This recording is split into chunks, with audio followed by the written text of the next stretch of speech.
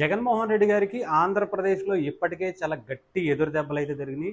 ముఖ్యంగా ఎలక్షన్స్‌లోనే 151 స్థానాల నుంచి 11 స్థానాలకు పడిపోవటమే దానికి ప్రధాన కారణం పవన్ కళ్యాణ్ గారని జగన్మోహన్ రెడ్డి గారికి కూడా తెలుసు. అయితే ముఖ్యంగా గెలిచిన తర్వాత కూడా పవన్ కళ్యాణ్ గారు జగన్మోహన్ రెడ్డి గారిని పట్టించుకోవడం పక్కన పడేస్తే, మొన్న జరిగినటువంటి వరదల్లో కూడా జగన్మోహన్ రెడ్డి గారికి విజయవాడ వరదల్లో వచ్చినటువంటి వరదల పరిస్థితికి జగన్మోహన్ రెడ్డి గారే కారణం అని కూడా చాలా బలంగా ముందుకు వెళ్ళింది.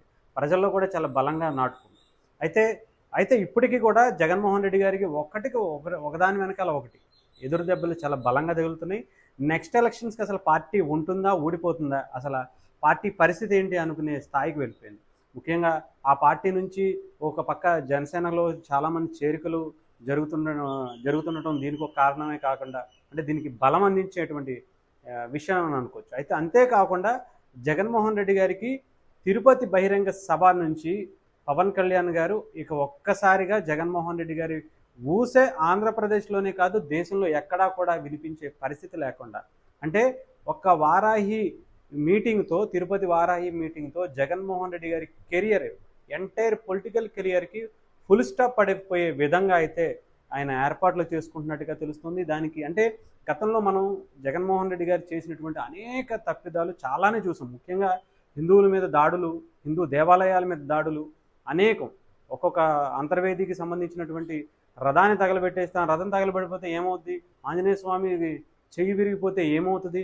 రాముడి తల లేకపోతే ఏమవుతుంది? అనేటువంటి మాటలు గత ప్రభుత్వంలో ప్రభుత్వ మంత్రులు మాట్లాడినటువంటి మాటలు చూసాం. అంతేకాకుండా ఎన్నో హత్యా రాజకీయాలు, అంటే స్వయంగా వాళ్ళ నాయకులే బయటకు వచ్చి చెప్తున్నటువంటి మాటలు కూడా మనం వింటున్నాం చాలా క్లియర్గా. అంటే ఒక్కళ్ళనే కదా చంపేసింది, అంటే అదొక వాళ్ళ పార్టీలో ఉండటానికి ఆ మాత్రం ఉండాలి, ఆ మాత్రం మటర్లు మానభంగాలు చేస్తేనే తప్ప వాళ్ళ దాంట్లో ఎలిజిబిలిటీ లేదన్నట్టుగా జగన్మోహన్ రెడ్డి గారి వ్యక్తిత్వం ఉంది అని ఆ పార్టీ నుంచి వచ్చినటువంటి చాలామంది నాయకులే చెప్పడం అనేది జగన్మోహన్ రెడ్డి గారి కెరియర్కి ఇక్కడతో ఫుల్ స్టాప్ పడే అవకాశాలు చాలా బలంగా కనిపిస్తున్నాయి. ఏదేమైనా కానీ పవన్ కళ్యాణ్ గారి తిరుపతి మీటింగ్తో జగన్మోహన్ రెడ్డి గారికి కంటి మీద కొనుకు లేకుండా పోతుంది. ఇప్పటికే ఆ పార్టీ నాయకులు కానీ జగన్మోహన్ రెడ్డి గారి కానీ తలలు పట్టుకున్నటువంటి పరిస్థితి. డిక్లరేషన్ మీద నేను తిరుపతి వస్తాను, నన్ను ఎవరు ఆపుతారో చూస్తానని చెప్పినటువంటి మాటలు చూసాం. గతంలో కూడా ఆయన తిరుపతికి కనీసం అంటే ఆల్మోస్ట్ గాలి గోపురం వరకు కూడా చెప్పులు వేసుకుని ఎవరో చెప్తే తీసి పక్కన పెట్టినటువంటి పరిస్థితి చూసాం. తిరుపతికి ఎప్పుడూ కూడా ఒక సీఎం హోదాలో కనీసం పట్టు వస్త్రాలు సమర్పించినట్టుగా కానీ, అది కూడా సతీ సమేతంగా వెళ్ళటం కానీ ఏదీ లేదు.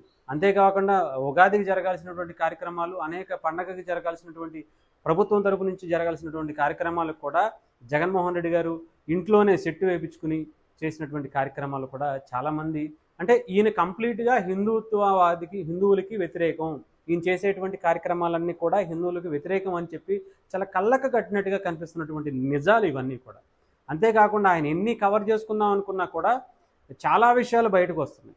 అంతేకాకుండా తిరుపతికి సంబంధించి ఈ నెయ్యి విషయంలోనే కాకుండా టీటీడీకి సంబంధించినటువంటి ఎవరైతే మాజీ చైర్మన్గా లేదంటే ఉన్నటువంటి వ్యక్తులను కూడా అప్పట్లో బైబిల్ పట్టుకుని ప్రచారం చేసి ఆ మతంలోకి మారాలని చెప్పి పాస్టర్లుగా లేకపోతే ఉన్నటువంటి వ్యక్తులను తీసుకొచ్చి కూర్చోబెట్టడం, సిలువలు మోసుకుంటూ తిరిగినటువంటి వ్యక్తులను తీసుకొచ్చి మెంబర్లుగా చేయటం, అనేక కార్యక్రమాలు. నిజంగా జగన్మోహన్ రెడ్డి గారు ఇంకొకసారి కనుక మళ్ళీ అధికారంలోకి కాదు కదా, కనీసం అది వస్తే ఎలా ఉంటుంది అనే ఆలోచన కూడా ప్రజలకి లేకుండా చేసేటువంటి పరిస్థితి అయితే కనిపిస్తుంది. ఏదేమైనా కానీ జగన్మోహన్ రెడ్డి గారు లాంటి వ్యక్తిని ఇక్కడ ఆంధ్రప్రదేశ్లో ఉండనివ్వకూడదు. ఆంధ్రప్రదేశ్లో పొలిటికల్గా ఆయనకంటూ ఎటువంటి అవకాశం ఇవ్వకూడదని చెప్పి పవన్ కళ్యాణ్ గారు చాలా బలంగా తీసుకున్నారు. దీంట్లో బీజేపీ పెద్దలు కూడా కొంతవరకు మొన్నటి వరకు జగన్మోహన్ రెడ్డి గారి సపోర్ట్ చేసినా కానీ ఇప్పుడు మాత్రం కంప్లీట్గా బయటికి రావాల్సిన పరిస్థితి అయితే కనిపిస్తుంది. ఎందుకంటే రాజ్యసభలో ఆయనకు కొంచెం ఎక్కువ మెజారిటీ ఉంది జగన్మోహన్ రెడ్డి గారికి.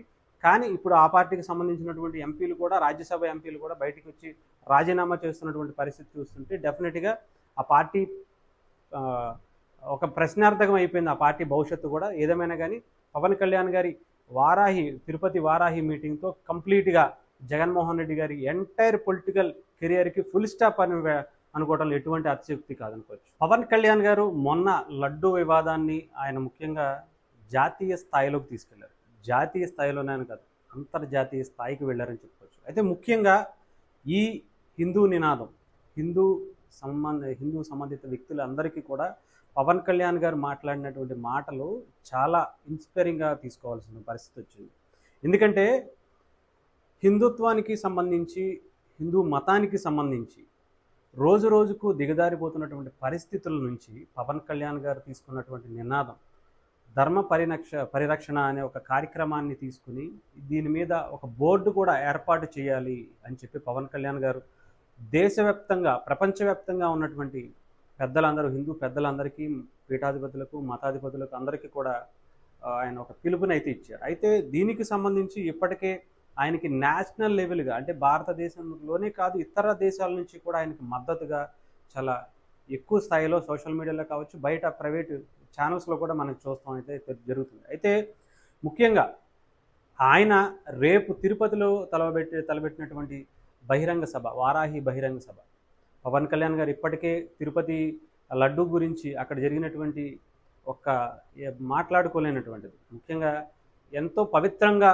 చూసుకోవాల్సినటువంటి లడ్డూలో ఒక మాంసకృతులు కావచ్చు, లేకపోతే దానికి సంబంధించినటువంటి నెయ్యి దాంట్లో వాడారు అని చెప్పేసి తెలిసినప్పటి నుంచి కూడా చాలామంది, ఇంక్లూడింగ్ నేను కూడా రీసెంట్గా తిరుపతి వెళ్ళి మొక్కు తీర్చుకుని వచ్చినటువంటి వ్యక్తిని, చాలా నిష్టగా చేసుకున్నటువంటి ఆ కార్యక్రమాన్ని కూడా వాళ్ళు అపవిత్రం చేశారు. దానికి పశ్చాత్తాపంగా ఆయన ఒక దీక్ష కూడా చేశారు, మనందరికీ తెలుసు, ఇంకా కంటిన్యూ చేస్తున్నారు. ఆ దీక్ష విరమణ చేసి వారాహి బహిరంగ సభ కూడా ఆయన తిరుపతిలో ఏర్పాటు చేస్తున్నారు. ఈ బహిరంగ సభ మరీ ముఖ్యంగా చెప్పాలంటే పవన్ కళ్యాణ్ గారు ఇప్పటి వరకు చేసినటువంటి వారాహి బహిరంగ సభలే కాదు, ఆయన పొలిటికల్గా చూసినటువంటి బహిరంగ సభలకు మించి ఈరోజు రేపు జరగబోయేటువంటి ఆ బహిరంగ సభ ఉండబోతుందని మాత్రం తెలుస్తుంది.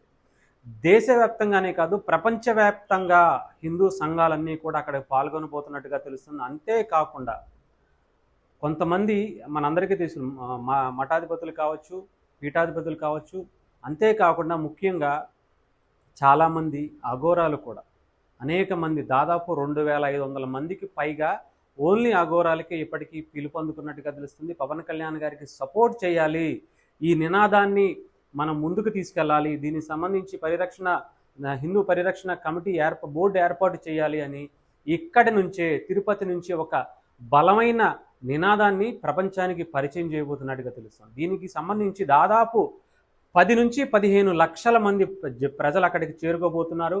హిందువులు అక్కడి నుంచి గర్జించబోతున్నారు అని చెప్పచ్చు. దీనికి పవన్ కళ్యాణ్ గారిని ముందు నడిపించే విధంగా వాళ్ళు కోరుకుంటున్నట్టుగా తెలుస్తుంది. ఏదేమైనా సరే పవన్ కళ్యాణ్ గారు తీసుకున్నటువంటి ఈ నినాదాన్ని ప్రతి హిందువే కాదు, ప్రతి మతానికి సంబంధించినటువంటి వ్యక్తులు కూడా స్వాగతించాల్సిన అవసరం ఉంది.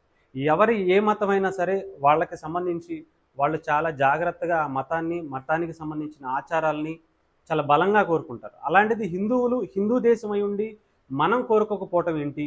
నిజంగా ఇది ఒక దౌర్భాగ్యమైనటువంటి పరిస్థితిగా ముందు తరాలకు వెళ్ళిపోయి దీన్ని మనం కాపాడుకోకపోతే చాలా ఇబ్బంది పడుతుంది తరతరాలకు. అంటే అసలు మన మానవాళికి మూలమే హిందుత్వం అని చాలామంది చెప్తూ ఉంటారు. అలాంటిది దాన్నే మనం కాపాడుకోకపోతే రేపటి తరాలకు మనం ఏమి ఇస్తాం అనే నినాదమే పవన్ కళ్యాణ్ గారు తీసుకెళ్ళబోతున్నారు.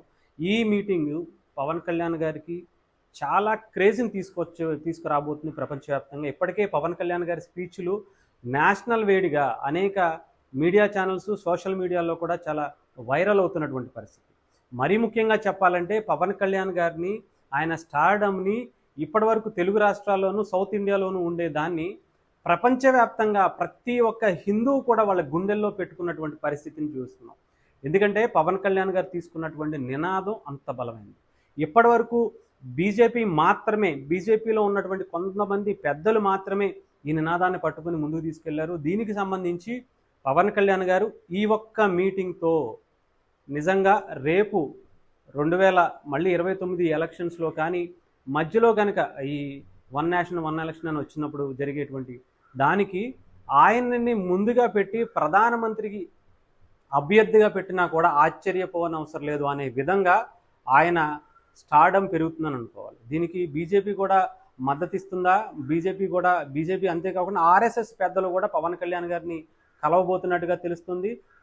బీజేపీతో కలిసి ఉన్నటువంటి పవన్ కళ్యాణ్ గారిని మరి ఆర్ఎస్ఎస్ కూడా స్వాగతిస్తున్నట్టుగా తెలుస్తుంది. ఆయన ముందుండి పెడితే, అంటే కల్మషం లేకుండా నిస్వార్థంగా పనిచేసేటువంటి ఒక వ్యక్తి పవన్ కళ్యాణ్ గారిని దేశానికి సేవ చేయాలనే ఉద్దేశంతో తీసుకొస్తే కనుక చాలా అద్భుతమైనటువంటి అవకాశం బాగుంటుంది దేశానికి. అలాగే అన్ని మతాలని గౌరవించేటువంటి వ్యక్తి పవన్ కళ్యాణ్ గారు. మనందరికీ తెలుసు ఆయన చర్చికి వెళ్తారు, మసీదుకి వెళ్తారు. చర్చికి ఆయన ఫండ్ ఇస్తారు, మసీదుకి ఫండ్ ఇస్తారు, హిందూ దేవాలయాలకి ఆయన అనేక విరాళాలు ఇవ్వటం చూసాం. సో ఏదేమైనా కానీ అలాంటి వ్యక్తి భారతదేశానికి అవసరం అని చెప్పి చాలామంది కోరుకుంటున్నారు. ఇలాంటి వ్యక్తి భారతదేశానికి కావాలి అని చెప్పి చాలామంది కోరుకుంటున్నటువంటి పరిస్థితి. సో మరి ఏదేమైనా కానీ ఈ ఒక్క దెబ్బతో పవన్ కళ్యాణ్ గారు ప్రధానమంత్రి రేసులో ఉన్నారు. ఒక్క ఎమ్మెల్యే కూడా కాకుండానే డైరెక్ట్గా డిప్యూటీ సీఎం అయ్యారు, అనేక శాఖలకు సంబంధించిన మంత్రిగా ఉన్నారు. ఇప్పుడు ఒక్కసారి ముఖ్యమంత్రిగా కూడా కాకుండా డైరెక్ట్గా ప్రధానమంత్రి రేసులో ఉండేటువంటి స్థాయికి పవన్ కళ్యాణ్ గారు చేరుకున్నారంటే నిజంగా ఆయన పడ్డ కష్టం, ఆయనకున్నటువంటి నిజాయితీ, ఆయనకున్నటువంటి నిబద్ధతే దీనికి నిదర్శనంగా చూసుకోవచ్చు. అంతేకాకుండా ఇక్కడ ఇంకొక విషయం చెప్పాలి. జగన్మోహన్ రెడ్డి గారికి ఈ ఒక్క మీటింగ్తో, తిరుపతి మీటింగ్తో ఒక్కసారిగా ఇంకా జగన్మోహన్ రెడ్డి గారు అనే వ్యక్తి ఆంధ్రప్రదేశ్లో పేరు కూడా వినపడే పరిస్థితి లేదు.